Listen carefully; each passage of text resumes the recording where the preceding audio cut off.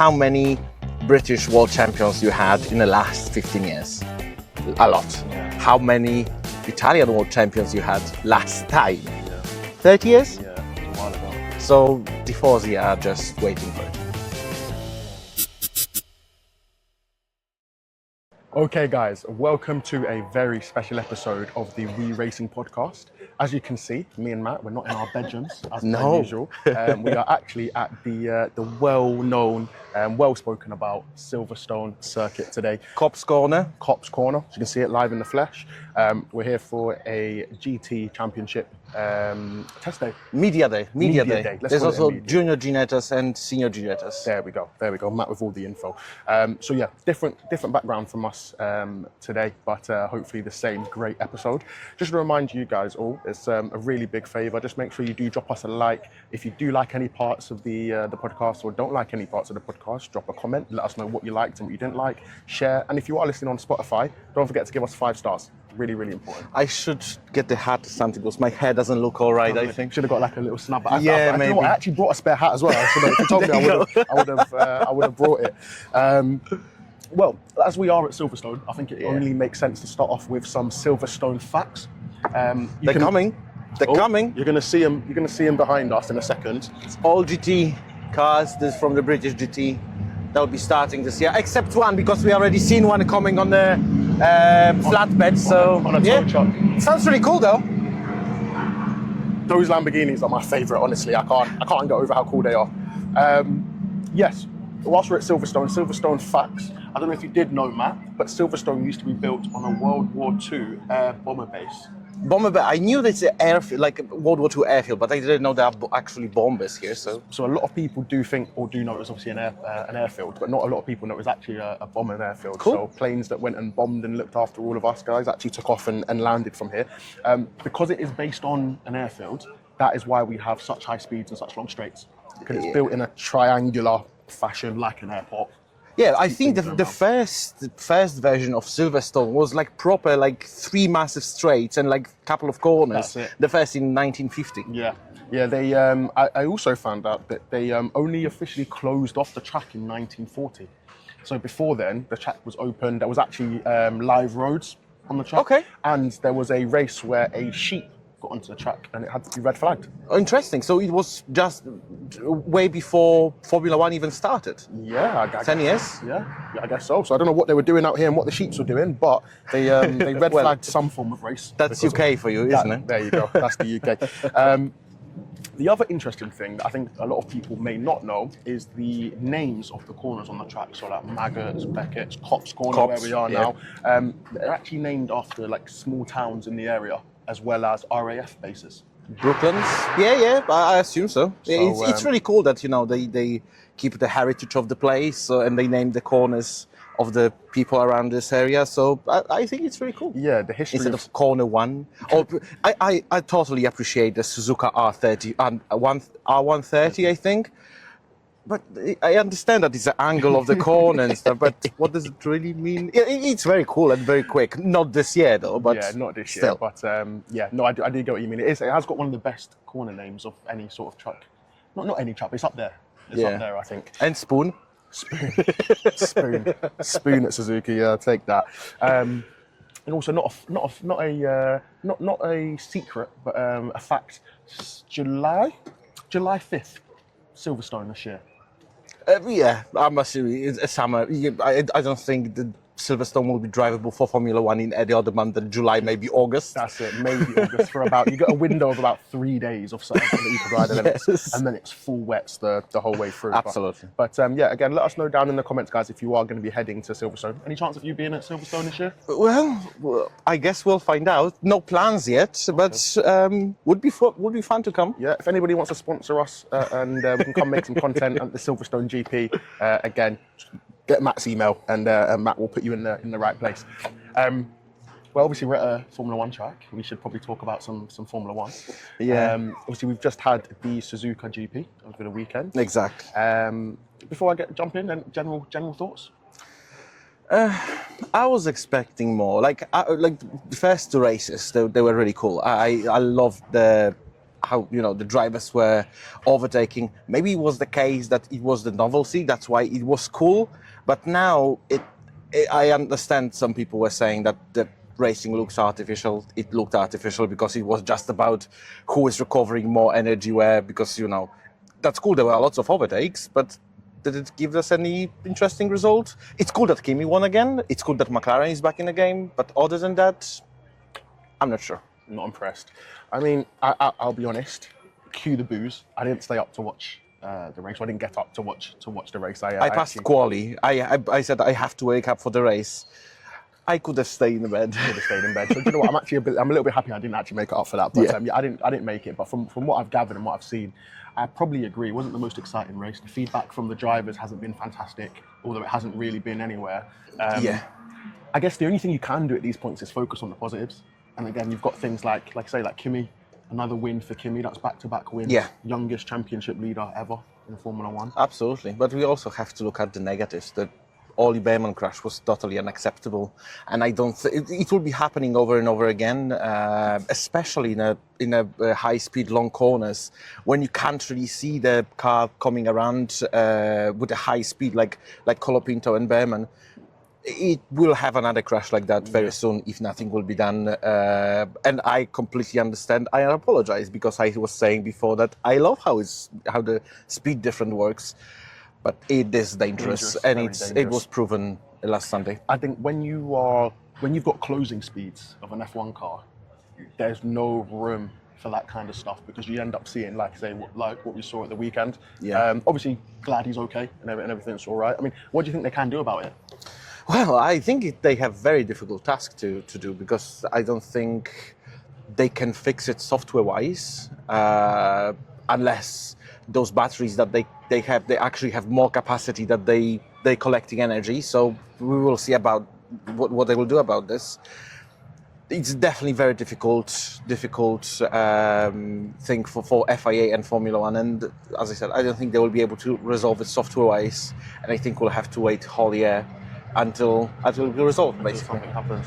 The GT3s are coming behind us once again. We're going to stop once a lap just so we can appreciate the sounds. I mean, what a job that is, like being the photographer for that. He's just hanging out, I don't know if you can see him, he's just hanging out the back of a van with the boot open, filming all these cars in front of him. That must have been... I prefer to be one of the drivers to drive in a pack like that. Yeah, the sound of all of those cars, like it definitely works. Yeah. I mean, I'll take either.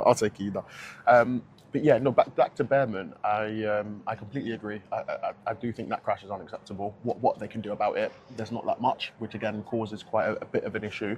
I think some tracks are worse for it than others. Like Suzuka, I think that is always going to be a bad one.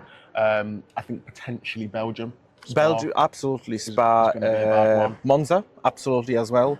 And other Baku, 100%. Yeah, Baku for sure. Basically, wherever you have long straights that are very long straights, like Barcelona, there may be a problem as well. Yeah, potentially. You have a lot of high-speed corners. I think the thing is with. I'm trying to think which tracks is it not really going to be an issue. I think any kind of high speed or like super high speed circuit is always going to be a bit of an issue, especially when you're looking at things like street circuits, things like your Singapores as well, even your Miamis at times I think could be. Yeah, in Miami you have massive back straight, so there might be an issue, but there's not much high speed corners, so I think it'll be all right there. It's good that Saudi and Bahrain were cancelled because Saudi would be another massive problem. Yeah. And, well, it's good that it was cancelled because we don't have to watch this, that will sound harsh, the circus of Formula One. Yeah, I think people have called it worse though, Matt, so I think we'll get away with that. I'm trying to, be polite. Be positive. We're in public after all. But yeah, no, definitely something needed to look into. But I think that overall, if you are going to let's look at the other end of the grid, where we've got Kimi coming in first. Piastri coming in second wasn't something that I expected. Absolutely, I didn't. When the McLaren, he was the first Piastri start this season, isn't it? Because he binned it in Australia, then the DNS in China, and that looks very good for them. And Lando wasn't far back either, so Wasn't far back. they might be back in the game. Something tells me that because Lando's performances over the last 2 races haven't been great, and I think McLaren's performances with Lando in the car haven't been great. I think Suzuka probably is a track that suited them a little bit better than the previous two. So I think it'll be interesting to see what the next leg of races brings for McLaren. Yeah. Again, like we spoke earlier, they've got the Mercedes engine. So them, Alpine as well, like Williams, you're kind of, they've got something to work with. It's just about whether they can utilise that and bring the speed and get the pace. I think that McLaren's main struggles are going to come later in the season for me. I think if they start competing again, because even though Lando won last year and they won the champs last year and the year before, I think there's last year especially showed the team cracks. I just wonder if they've papered over them yet. If you're McLaren, or do you think you were coming to expect to compete this year again? Well, I don't know. I don't know what they have in a sleeve for this season. It might be the case, as Fred Vasseur said a couple of days ago, that from Miami we'll have completely new championship when it comes, because there's a lot of teams that they will be bringing updates. It will be the first, let's say, race with the new upgrades for almost everyone. So then we will see, because it might be the case that if McLaren brought the update that they're supposed to have in Miami, and everybody else will bring the updates from Miami, they will fall back again. So we will see. It'll be interesting to see. Yeah, only time will tell. Just to touch on Kimi again, just before we move on to the next topic. Do you think he's a generational driver, or do you think they've got a good car this year? They have a good car this year, and I think he will be world champion this year. Simply because, well, I've heard someone says that Russell was always a spare driver. He was there to replace Bottas, and now he's there simply because there was no one better available on the market. Well, there was talks with Sainz, isn't it? Yeah. A few years back. I think they had contract issues. Exactly. Yeah. So and I think Toto will put his money on Antonelli simply because he's young. Yeah. He has much more potential, marketing potential, for example. Well, yeah. Like how many British world champions you had in the last 15 years? A lot. Yeah. How many Italian world champions you had last time? Yeah. 30 years? Yeah, it was a while ago. So Tifosi are just waiting for it. Yeah. I think that with George, what gave it away for me is the fact that the Max conversations were happening last year, because they were never going to get rid of Kimi. So it was only ever going to be George that made way. So which is interesting, because he is probably one of the better drivers on the grid now. But it's just considering what he was doing last season and how he's when he passed for P1 in Japan and he was just started driving away. Yeah. And Russell couldn't keep up. Nobody could keep up. And he won with 15-second advantage. Yeah. That's really something for the young driver. He's 19 years old. Yeah. The last driver I remember who was pulling things like that was Sebastian Vettel. Yeah. Do you think it's an age thing? Do you think at that age you don't really feel the pressure? That's why you're able to go out and perform that way? Or? Yeah, because you have two options. Or you are shit. You are young, but you are shit. Then you will be 1 or 2 seasons, and then you're gone away. But Kimi is in a top team, like Vettel was in Red Bull, like Verstappen was in Red Bull. So they have time, they have money, they have resources to keep him in a team as long as they need it. If after the 3rd season they will decide, Kimi, you're really not for us, actually. Then what they've lost, they're not paying him millions like they were paying for Lewis Hamilton or Max Verstappen is getting. Probably he's getting salary in about 2-3 million euros, which compared to rest of the grid is almost nothing. Yeah. Do you think he's going to be one of the lower paid on the grid? Is that just because he's a rookie, or do you think he would have not when he'll get World Championship? When he will get World Championship, he'll be way above 20, maybe 30 mil. Yeah. What a life, eh? What a life. Obviously, you mentioned about, I think it was 13 seconds that McLaren finished behind Mercedes. Do you think that Mercedes are better? Do you think Mercedes are really overperforming, essentially, or do you think the other teams are underperforming? About Fred Vasseur, what they said earlier, they convinced that because from the 7th race, the new regulation will be changing about the engine compression. Yeah. So Ferrari is convinced that Mercedes will drop off. Okay. I see. So I'm hoping that they will be able to find a solution, because it's great to see Kimi on the top step of the podium. But we've seen the stories of great cars. Aston Martin 2023, they were scoring podiums in the beginning with Fernando, and they fall back. They couldn't recover. It could be the case as well. And they've not been able to recover for seasons since then as well. Yeah, been just on especially seeing the investments. We've seen the Aston headquarters when we were coming to Silverstone. There's a lot of money put in this, like a lot. Bringing on Adrian Newey. Sorry, Bringing on Adrian Newey. Staff, the headquarters, the buildings itself, the R&D, everything. They put in a lot of money, but you can't see the results. So I'm wondering at what point the Papa Stroll will say, okay, that's enough. Yeah, I think it's tough when you are finishing in amongst and below Cadillac, your new teams, and you're getting beaten, whooped by Audi and all these things. Especially when you brought Adrian Newey for the new regulations and you find out that Honda screwed you up. Well, to be fair, like for the last 2 times Honda was coming back to F1, something was wrong. We remember GP2 engine from Fernando Alonso. So, well, they were asking for it, but I absolutely understand that it could be absolute ace and bullseye with the engine, but it's not, so they have to deal with it. You've got to deal with it. You've got to deal with it. You've got to take it as it comes. Talking about taking it as it comes, do you think Ferrari are frustrated at this point, or do you think they're biding their time? I think, well, considering how they were doing last couple of seasons, seeing them constantly fighting for the podiums, I think maybe it's not refreshing, because obviously they could win this. They couldn't win the races, but I think they're happy after the regulation change that they're on the top, they're not on the bottom. Yeah. I think that, I don't know, I feel like there'll still be that layer of frustration, because it's like you're close, but just not close enough. Yeah. And I feel like even with the first 2 races, not so much, but especially Japan, Lewis, like his pace was there. He had all right pace in qualifying. It wasn't fantastic. And then into the race again, he just kind of fell away. I was expecting him to do, especially with the whole race start situation and stuff like that, I was expecting him to have a bit of a better result at the weekend. Charles is obviously right on it. Obviously, he's had a podium or 2. I mean, he's right there. But I think it's frustrating. And obviously, we spoke about the upgrades, didn't we, before, about the Macarena wing. Yeah. And it's like, is that going to come in and change the game, or is that more of a distraction tactic for the other drivers? But Ferrari do need to find some pace somewhere, don't they? Oh, they absolutely have to.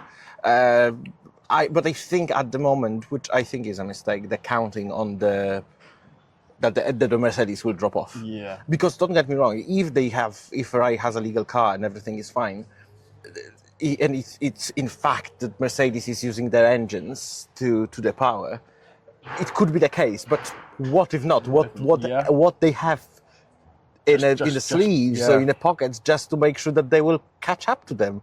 Because if those compression rates will go down and Mercedes will not get slower, what then? Do you do then? And I'm sure Mercedes are working on trying to bring their own upgrades as well. Oh, absolutely. So if there isn't a drop off from the ratio, and then they bring upgrades on top of that, it will be even worse. It's going to be a long day for some of the teams. But I think as it stands, first 3 races in, Mercedes look pretty strong for it. Yeah, very strong. But last season we had Verstappen nearly take it, come back from basically the dead. Season before that, when Verstappen won it, but McLaren turned around halfway through. I think it was after maybe Miami or something. Yeah. They just came. So the one thing that I've learned about F1 is the first half of the season's good, but you never really know what's going on until sort of second half of the season, sort of summer break. So, like I say, time will tell. Ferrari strategies, they haven't really got much better, have they? I mean, to be fair, we couldn't expect much more from Japan, because it will be 1 pit stop, and they've done it. I'm not sure they've done it on the safety car. No, they haven't. No. I don't remember. Well, they wouldn't be able to gain anything on a safety car. They wouldn't be able to gain anything not coming after the safety car. So basically, they just had to deal with whatever they have. That's the risk with 1 pit stop. That if you do it, you don't have you don't have the sorry, how to say it, elasticity, like you cannot, exactly. Yeah. You just have to stick with your choice, and that's it. Yeah. So once you make that decision, it's done. And obviously the safety car at the weekend messed up a couple of people, didn't it? George could have been on for the win. I think if the safety car wasn't there. Piastri could have been on for the win without the safety car. So there's a couple of drivers that were negatively affected by that safety car, even though a lot of people at the back. But it will always happen, This safety car is coming, and it's not like it's calculated. I mean, once in the history that happened. Safety car gate. Yep. Well, it will always screw something up, and it will always happen that someone will be not happy, and it will always happen that someone will be super happy, like Hülkenberg in the track here last year, isn't it? The safety car helped him a lot to get up the grid. So, well, let's deal with it. That's it. Yeah. No, I think again, I don't think it's something that I think drivers know, don't they, that safety car's a safety car. It always will be, but it must just be super frustrating when you're going to go for the win. But I think the good thing I liked about the safety car was it did show how composed Kimi was after that safety car restart, and just like I said, he absolutely fantastic. Even George was asking if he'll be restarting at the place where they were training, and they said they don't know. And Kimi really caught Oscar was second. Yeah. Oscar really caught him off guard, because I think he started accelerating just after 130R, and Oscar didn't really got him to speed. And I think he gained 8 or even a second on the restart itself. Yeah, Oscar's not got the best record for safety car restarts, has he? Because we had the weekend just gone, and then we had, was it Canada last year, where he got a 10-second penalty for brake checking Max? That was Silverstone. Was it Silverstone? That was, on the was it straight. Silverstone? Hangar straight. Silverstone, actually. It was Hangar, that was it. Yeah, he got the 10-second penalty. He's not got the best luck with safety car restarts. No. Again, I mean, do you think that's something they put a lot of work into? In a training safety cars? Yeah. I think they might put, well, definitely not as much as, I'm worried about camera. Yeah, so was I. They're not putting as much like in track times, lines, etc. But they definitely have to practice it, because where else they cannot practice just when it happens. Because it will be very unfeasible. But they have to do it in a simulator, I think. Yeah. Okay. Yeah. Simulator's a good shout. Obviously, we've also got the Max situation. Wasn't really happy last year for different reasons, probably to this year. Not very happy this year. Publicly spoken out about not being happy. Thoughts? Well, he is very open. He was always criticizing Formula One about anything that he don't like. Yeah. Sometimes it felt like he is overreacting. I think he is a bit too much right now, because, well, you can't hear Isaac Hadjar complaining the same way as he's complaining. Even if Isaac is not very far behind Max. It's not the situation like we had Checo or Yuki last year. Exactly. So I don't think he has exact point, but I understand his frustration, because he is 4-time world champion and he wants to be on the top. Hello guys, I know you didn't expect to hear me from my bedroom right now, but yet there we are. We had small technical problems, and because of that we lost part of our video from Silverstone, and I guess that's all rookie mistake. But don't worry, we have recorded the second part and you will not lose any content. This will be published very, very soon, so stay tuned. And again, thanks for watching and see you very soon.